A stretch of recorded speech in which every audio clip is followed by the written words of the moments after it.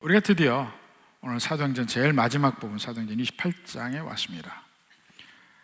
사실 사도행전은 사도들의 행적을 적었다 하는데, 예수님이 부활하시고 승천하신 이후에 사도들을 통해서 성령께서 그들을 점점 온 세계로 보내는 장면이 나오는데, 초기에는 예루살렘 교회에 있었던 일을 이야기하고 예루살렘에서 이방인으로 넘어가는 그것이 상당히 정교하게 묘사가 되어 있습니다. 하나님의 역사하심이 있고 그 가운데 베드로가 쓰임을 받고 또 바울을 하나님께서 부르시고, 이렇게 해서 사도행전의 후반부에는 전부 바울의 1차, 2차, 3차 전도행이 적혀 있습니다. 근데 바울의 인생을 보면 정말 온갖 환란으로 점철되어 있습니다. 특히 그 전의 상황을 모르겠어요. 그러나 예수님 믿고 나서는 오히려 그 전보다 훨씬 더 환란과 어려움이 많았습니다. 복음을 증거하면서 엄청난 일들을 많이 당했죠. 아테네에서는 그 수많은 지식인들을 만나면서 그들의 심령에 어찌할 수 없음을 깨달았고, 또 고린도에서는 막 이 세상적인 것에 매달려 있는, 돈에 매달리고 정욕에 매달리고 이런 것을 보기도 했고, 또 끊임없이 유대인들이 자기를 죽이려고 한 데가 있죠. 루스드라에서도 그렇고 에베소에서도 그렇고 쫓아다니면서 그들은 괴롭혔습니다. 또 예루살렘에 가니까 거짓으로 바울을 죽이려고 하는 사람들, 또 로마 총독의 그 추함, 이런 거 다 본 겁니다. 그럼에도 불구하고 바울에게는 목표가 있죠. 이방인을 향해서 하나님이 나를 세우셨다 하고 확실한 그 비전이 있고, 특히 하나님께서 그에게 로마에 가서 복음을 증거하는 일을 주십니다. 그래서 로마로 가는 과정을 보면 정말 힘들게 어려운 길을 갔죠. 중간에 배가 파손되고 막 이런 일이 벌어지는데 마침내 로마에 가게 됩니다. 근데 그 크레테까지 왔다가 떠나면서 풍랑을 맞아 정말 힘들게 한 2주간을 그렇게 했다가 마침내 멜리데, 말타라는 곳에 도착을 해서 거기서부터의 일이 28장에 기록이 되어 있습니다. 크게 세 부분으로 나눠 있습니다. 그 말타에서 있었던 일, 그 다음에 거기에서부터 로마까지 간 여정, 로마에서 있었던 일, 이 세 부분으로 28장을 나눠볼 수 있는데, 이 말타에서 있었던 일은 거기서 독사에도 물렸고, 또 거기에 가장 리더가 되는 보블리오라는 사람의 그 아버지를 또 고치기도 하고, 이런 일이 있으면서 드디어 거기서 석 달 동안 과동을 하고 겨울을 지나고 드디어 알렉산드리아 선적을 가진 배를 타고 이제 로마를 향합니다. 바로 그 대목에 잠깐 지도를 보고 잠깐 설명하겠습니다. 자, 제 남쪽에 노란색으로 그레데라는 곳에서 출발을 해서 풍랑으로 2주간 있다가 멜리데에 도착을 합니다. 멜리데에서 석 달을 살았어요. 드디어 이제 겨울이 지나가고 로마를 향하는 배를 탔습니다. 제일 먼저 도착한 곳이 수라구사, 시라큐즈라는 시칠리의 가장 큰 도시에 도착을 했고, 그 다음에 배를 타고 레기온, 지금도 거기에 레기오라는 항구 도시가, 큰 도시가 있습니다.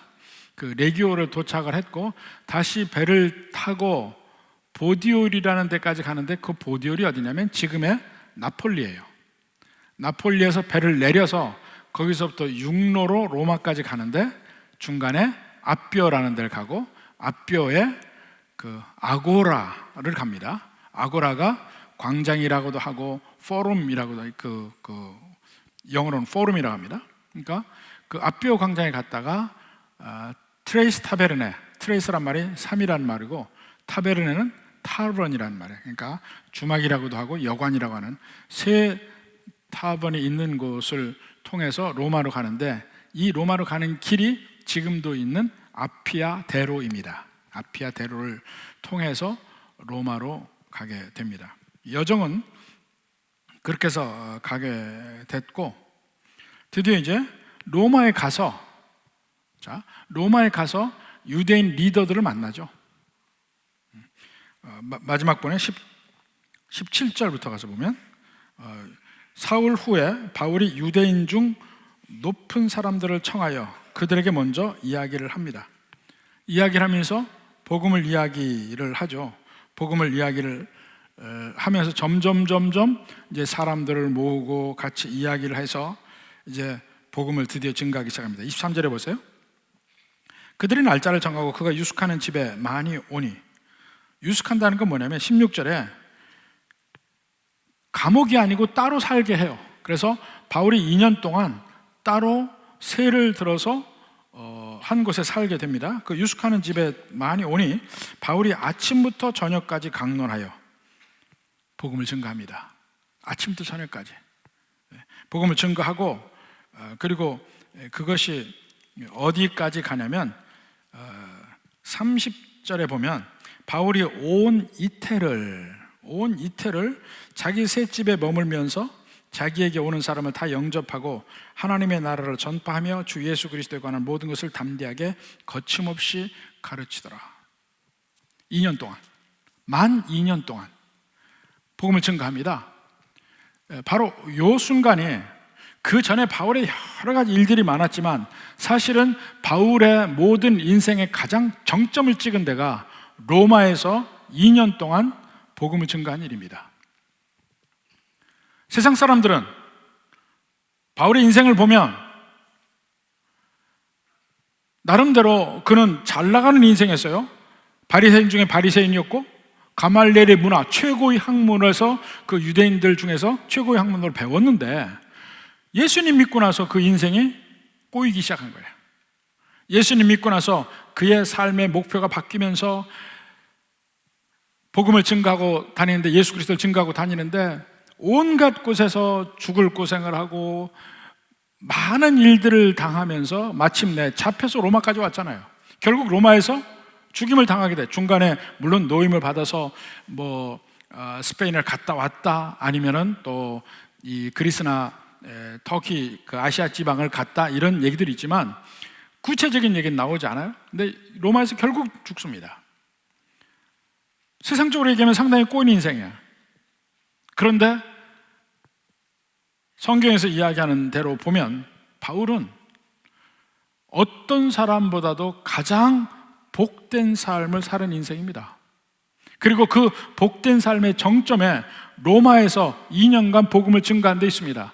실제 그가 바울이 로마에서 2년 동안 복음을 증거하면서 주로 그가 증거한 사람들이 처음엔 유대인에게 얘기했잖아요. 근데 유대인들이 거부합니다. 결국 이방인을 향해서 이야기하게 되는데 결국 로마의 지배계층들, 귀족층들, 그리고 왕실 사람들, 이 사람들에게 복음을 증거하게 되고, 그것이 결국은 로마 전체를 복음화하는데 기틀을 세우게 됩니다. 그러니까 최고의 정점에, 그리고 바울의 삶에, 우린 많이 이야기를 안 하지만 바울의 삶에서 이 로마에서의 복음 증거가 가장 효과적이고 로마 전체를 복음화시키는데 큰 폭탄적 역할을 한 겁니다. 그래서 바울의 인생은 다시 한번 돌이켜보면 하나님의 안목으로 보면 가장 성공한 인생, 그리고 바울 개인으로 봐도 가장 행복한 인생을 살았습니다. 디모데후서를 보세요. 마지막 죽기 직전에 쓴 책. 나의 달려갈 길을 마치고 내가 할 일을 다 했어. 이제는 주께서 내게 의의 면류관을 예비하셨으리라. 확신하고 죽음을 맞이하고 있습니다. 내가 사는 삶은 정말 최고의 인생이었다고 고백을 합니다.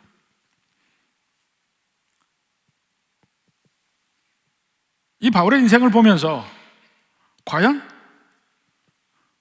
믿는 백성으로서 우리의 삶은 어떤 길을 가야 될 것인가 한번 생각을 해봅니다. 제일 먼저 바울의 인생을 변화시킨 것은 예수님을 만나고 새롭게 그가 비전을 가진 겁니다. 바울이 다메섹을 가는 길 중에 예수님을 만나서 예수님이 그에게 얘기했죠.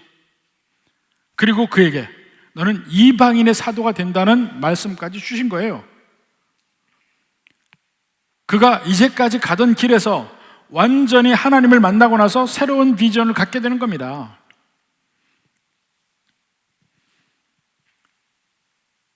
비전이 새로 정립이 되면 거기에 따라서 인생의 목표가 결정이 되면 거기에 따라서 우리의 삶을 바라보는 시각이 다 바뀝니다. 내가 원하던 길, 내가 가치 있게 생각하는 것, 그것이 전부 어느 순간에 가치가 없다는 사실을 발견합니다. 그리고 이제까지 하찮게 생각하는 것들이 새롭게 가치 있는 것으로 내게 다가오기 시작합니다.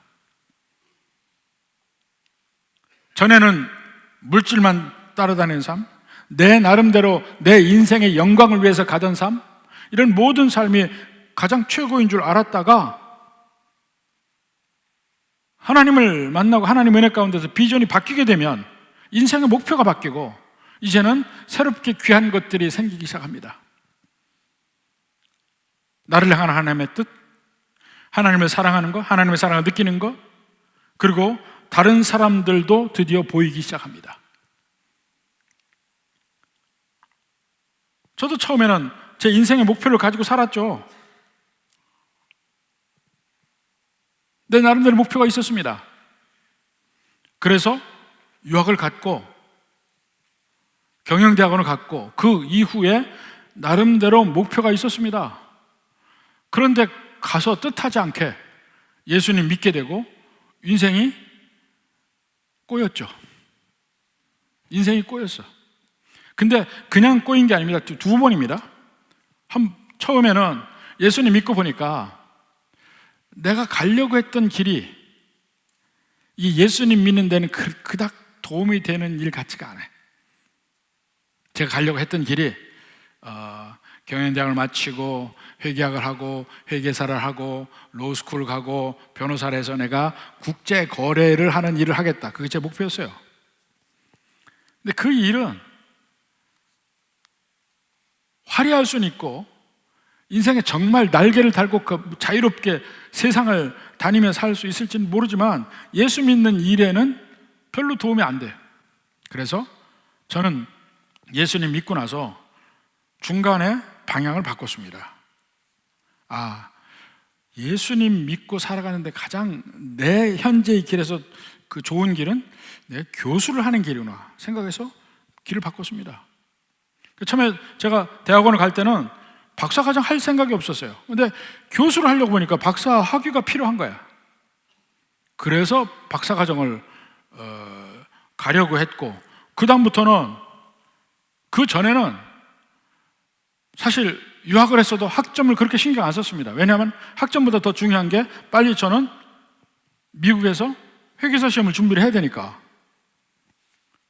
근데 갑자기 박사 과정을 가려고 하니까 학점이 중요해지기 시작하는 거야. 이제는 학점 관리에 들어가야 돼.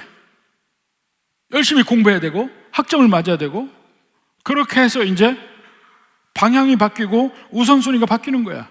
중요하지 않던 것이 중요하게 되고, 그렇게 하다가 또 한 번에 변곡점을 맞죠. 주님께서 저를 부르시니까 이제 신학교로 가야 되잖아. 신학대학원을. 그러고 와서 보니까 막 박사과정에서 나름대로, 그때는 뭐 컴퓨터도 그렇게 발달 안 하고 막 IBM PC가 새로 나올 때예요. 1980년대 초에. 박사과정을 하면서 그때 제일 중요한 게 뭐냐면 내 관련 분야에 논문을 모으는 일이 굉장히 중요했습니다. 논문을 모았어요. 해가지고 세계 각국의 대학의 도서관마다 연락을 해서, 지금은 완전히 전부 네트워크가 됐지만 그때는 그게 아니에요. 그래서 어느 논문이 있는데 어느 저널에 이 논문을 제가 원한다. 그러면은 돈을 주고 그걸 사야 돼요. 그럼 붙여와요. 그런 논문들만 모아놓은 게 이 책꽂이로 2개 정도 됐어요. 이거는 제게 그 당시 박사학위에서는 최고로 귀한 거였어요. 책보다 그게 더 귀한 거야. 마지막 사람들의 논문들의 집합, 책꽂이 2개가 있었는데 너무너무 귀중했습니다. 그거 모으는 게 얼마나 힘들고 어려운데. 근데 딱 신학교를 가려고 하고 학교 제 사무실을 정리를 하면서 보니까 그게 아무런 의미가 없어요. 아무런 의미가 없어요. 그냥 휴지 조각이야. 목표가 바뀌면 지금 제일 내게 귀한 것이 갑자기 쓸모가 없어져요. 여러분의 인생의 목표가 뭡니까? 하나님의 은혜 안에서 여러분의 인생의 목표가 바뀌었는지 모르겠어요. 근데 어찌됐든 삶의 목표가 있는 사람은요, 생명력이 있습니다. 그 목표를 향해서 가고자 하는 게 있기 때문에 생명력이 있어요. 산에 오를 때도 내가 저 봉우리를 꼭 가겠다 그러면 중간중간에 쉬는 것도 조금만 쉬고 빨리 일어나 또 갑니다. 왜냐면 그거 가야 되니까. 근데 목표가 없으면 가다가 에이 힘들다 가지 말자, 그리고 중간에 꺾어질 수 있어요. 얼마든지. 참된 목표가 없는 사람은 인생에서 성공도 맛보지 못합니다.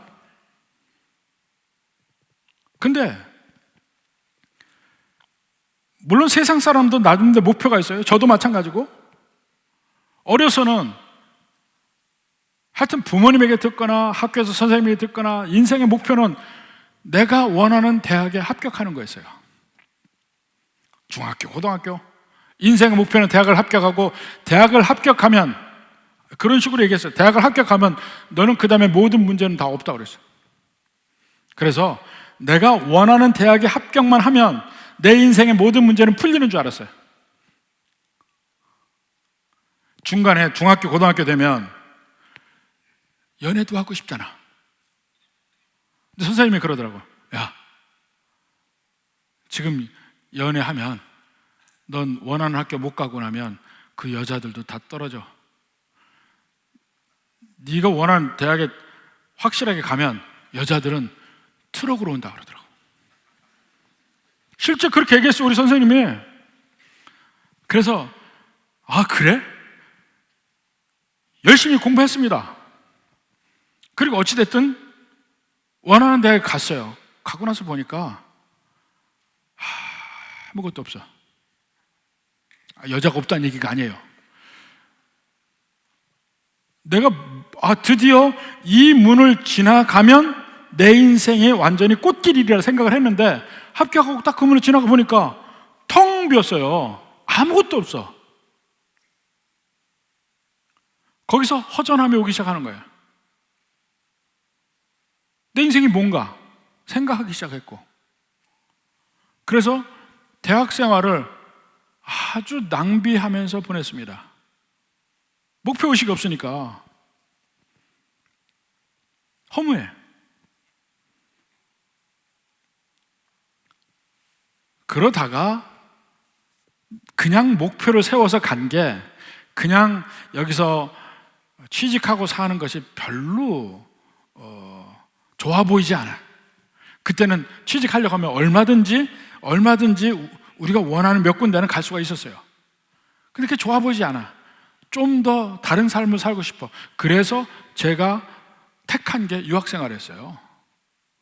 유학을 가서 이러이러한 삶을 살리라 하고 목표를 하고 갔는데, 예수님을 만나고 나서 그 목표가 계속 바뀌더라는 거예요. 근데 제가 교수를 하려는 바꾼 거에는 의미가 있었습니다. 교수를 하게 되면 시간적 여유가 있고 생활이 안정되고 막 사람들 막 만날 필요 없이 안정이 돼서 온전히 신앙생활 하는 데 도움이 될 것 같아요. 그래서 그쪽으로 목표를 삼았고, 또 다른 면에서는 그렇게 하면 학생들이나 이렇게 사람들을 많이 만나면서 전도하는 게 상당히 좋을 것 같아. 그래서 교수 쪽으로 목표를 했던 겁니다. 나중에 이제 하나님이 저를 그게 아니고 네가 목사가 되라 그래서 이제 또 한 번 바뀌었지만, 그 인생의 목표가 그러니까 크게 두 번이 제가 바뀌었는데, 세상의 목표는요, 나중에 느낀 것이 하나님 믿고 나서 바뀌는데, 세상적으로 우리가 갖고 있는 목표는 정말 사람을 허무하고 허전하게 만들어요. 그걸 달성하지 못해도 불행하고, 달성해도 아무것도 아니다는 걸 그때 깨닫기 때문에 또 불행해집니다. 행복하지가 않아. 그리고 그 비전이라는 게 나름대로 나를 위한 비전이잖아요. 근데 하나님을 믿고 나서 보면 하나님이 내게 주시는 비전은 세상이 주는 것과 달라요. 하나님이 주시는 비전은 세상이 나를 속이는 것과는 달라. 이 베트남에 옛날에 베트남 전쟁이 있을 때 그 하노이에 포로 수용소가 있었어요. 근데 미군들 포로를 거기서 수용을 했는데, 그걸 미군들이 부를 때 하노이 힐튼이라고 불렀습니다. 좀 하죠? 하노이 힐튼 호텔이래요. 근데 거기에 있으면서 무지무지하게 힘든데, 그 중에 한 사람이 간수하고 협조를 했습니다. 간수하고 협조를 하면 좀 더 빨리 풀려날 것 같아. 왜냐하면 계속해서 미군 포로들이 1차, 2차 이렇게 해서 그 미국과 협상하면서 풀려나니까 좀 더 빨리 풀려날 것 같아. 그래서 열심히 살았습니다. 처음에 2년은. 근데 2년 뒤에 보니까 이 간수가 나를 속인 거야. 그때부터 갑자기 절망해서 순식간에 얼마 안 돼서 그냥 그는 죽음을 맞게 돼요. 목표가 바르지 않을 때는 삶이 나를 속인다니까. 그런데 하나님 안에서의 비전, 하나님이 우리에게 주시는 비전은 절대로 그렇지 않아요. 그리고 하나님이 주시는 비전의 특징은 이 세상에 어떤 것을 얻는 게 아니에요. 이 세상의 비전은 뭔가 이 세상에 어떤 것을 얻는 거야. 돈을 얼마를 벌겠다, 내가 어떤 자리를 차지하겠다, 아니면 내가 학위를 따겠다, 어떤 세상의 것들이야. 근데 그것들은 얻기도 힘들 뿐더러 얻어도 허무해집니다. 세상의 것들은. 근데 하나님이 주시는 비전은 절대로 그런 것들과는 달라요. 하나님의 주신 비전은 주로 관계 중심입니다. 관계 중심. 더 하나님과 긴밀한 관계에서 사는 것, 아니면 다른 사람들을 위해서 내가 어떻게 사는지 그 관계 중심이에요. 언제나 내가 어느 길을 갈 것인가 생각할 때도 하나님과의 관계를 중심으로 생각해요. 아까도 제가 말씀드렸죠. 제가 교수를 하려고 바꾼 것은 이렇게 할 때 더 하나님과의 관계가 좋아질 거라 생각해서 그 목표를 삼았다고요. 이를 위해서 내 모든 걸 바꿨고, 또 하나님 주신 비전은 반드시 다른 사람을 위한 삶입니다. 관계 중심이에요. 언제나 내가 이 일을 할 때 다른 사람의 관계가 어떻게 될 것인가, 이것을 생각하게 되어 있어요. 그래서 그 하나님과의 관계 속에서 다른 이웃과의 옆 사람과의 관계를 통해서 거기서 진정한 행복을 느낍니다. 우리의 행복은 어떤 이 세상의 어떤 것을 얻을 때 오는 게 아니고 관계를 통해서 행복이 옵니다. 근데 그 관계를 만들어갈 줄 아는 것은 하나님이 주는 비전을 그 향해서 갈 때 그 관계들이 만들어집니다. 교회에서 그래서 교회의 리더의 그 자질 중에 가장 중요한 것이 관계를 잘 하는 거야. 다른 사람을 잘 돌보는 사람, 이런 사람이 교회 리더가 될 때에 교회가 평안해지고 그 사람이 맡은 그 각각의 모든 조직이 평안해지는 겁니다. 그게 달라져요. 어떤 특정한 일을 하더라도 일 자체가 목표가 아니고 이 일을 통해서 사람들을 세우는 거, 그게 더 중요한 거야. 근데 너무나 많은 사람들이 일 중심이 돼가지고 일을 위해서 사람들에게 상처 주고 사람들에게 해를 끼치고 사람들을 희생시키고 그리고는 일이 잘 됐다. 근데 일이 잘 되면 뭐 합니까? 자기 영광이지. 관계가 더 중요하다니까요. 일이 좀 덜 돼도 일이 중심이야. 일은 하나의 수단이에요. 일을 통해서 관계가 좋아지는 거예요. 하나님의 비전은 언제나 그런 면이 있습니다. 그래서 관계를 중요하게 생각하는 하나님의 비전. 바울도 뭡니까? 관계가 뭐예요? 하나님의 뜻을 이 세상에서 이루는 것. 근데 그것이 열심히 전도하는 것. 자기가 괴롭고 어렵고 힘든 거 괜찮아. 열심히 복음 전가하는 길을 간 겁니다. 로마로 가는 길 너무 힘들고 어려웠어요. 그러나 거기서 드디어 하나님이 내게 주신 그 목표를 달성해 로마에서 만 2년을 복음 전가할 수 있게 된 거예요. 최고의 자리. 거기에 가게 된 겁니다. 그러니까 이를 위해서 먼저 비전을 가져야 된다고 그랬죠. 삶의 목표가 하나님의 은혜 안에서 세워져야 되고, 그러면 하나님을 절대로 여러분을 배신하지 않습니다. 그게 세워지고 나면 실제 그 약속이 이루어진다는 믿음 속에서 실행해야 돼. 견뎌가야 되고, 그 견딤을 통해서 마침내 그곳을 가려고 내 모든 것을 쏟아부어서 가야 됩니다. 중간에 견디지 못하는 사람도 있어요. 나가 떨어진 사람들이 있어. 그만큼 비전이 강하지 못한 거예요. 비전이 강하면 강할수록, 목표가 강하면 강할수록 그것을 이루기 위해서 내 모든 것을 던집니다. 그럴 때 견디는 거예요. 드디어 바울이 구체적으로 그것을 실행하기 시작합니다. 어떻게 실행합니까? 23절부터 보세요. 그들이 날짜를 정하고 그가 유식하는 집에 많이 오니 바울이 아침부터 저녁까지 강론하여 하나님 나라를 증언했다. 계획적으로 로마에서 복음 증거를 한 겁니다. 보다 많은 사람들이 모인 거야. 그래서 30절에 온 이태를 오는 사람마다 영접해서 마지막 31절 끝에 그리스도가 관한 모든 것을 담대하게 거침없이 가르치더라. 이게 전 세계 복음 증거의 그 전환점입니다. 그 전에 바울이 1차, 2차, 3차 전도 여행에서는 그 베이스를 깔은 거야. 로마 전체를 복음화하기 위한 베이스를 깔아놓고 가장 정점, 마지막 가장 로마의 핵심부인 그 로마 시에 가서 로마의 가장 지배계층에게 복음을 증거하는 일을 바울이 한 겁니다. 그런 면에서 봐서 바울의 인생은 성공한 인생, 바울의 인생은 드디어 로마에서 꽃이 핀 인생이에요. 여러분 어떻습니까? 여러분의 인생은 어떻습니까?